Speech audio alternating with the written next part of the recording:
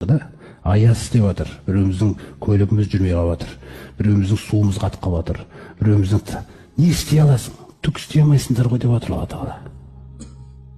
Өзі Сәждә сүресінде айтқандай, وَلَنُذِقَنَّكُم مِّنَ الْعَذَابِ الْأَدْنَىٰ دُونَ الْعَذَابِ الْأَكْبَرِ لَعَلَّكُمْ يَرْجِعُونَ. Үлкен азаптан бұрын кішкентай азапты жібереміз дейді. Дәмін таттырамыз дейді сәл. Мақсат не? لَعَلَّكُمْ يَرْجِعُونَ. Мүмкін райларынан қайтар, мүмкін тәкаппарлықтан қайтар, сынар, Раббым, мен түсіндім, мойындадым, міне сәждем деп айтар.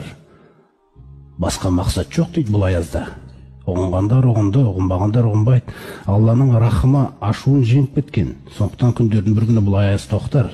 Бірақ бұл аяз кімге қандай әсер қалдырды? Қаласа біреуін жолға салды осы аяз арқылы. Намаз бастап жатыр бір адамдар. Қаласа бұл аяз арқылыдан сайын адастыра салды біреуді.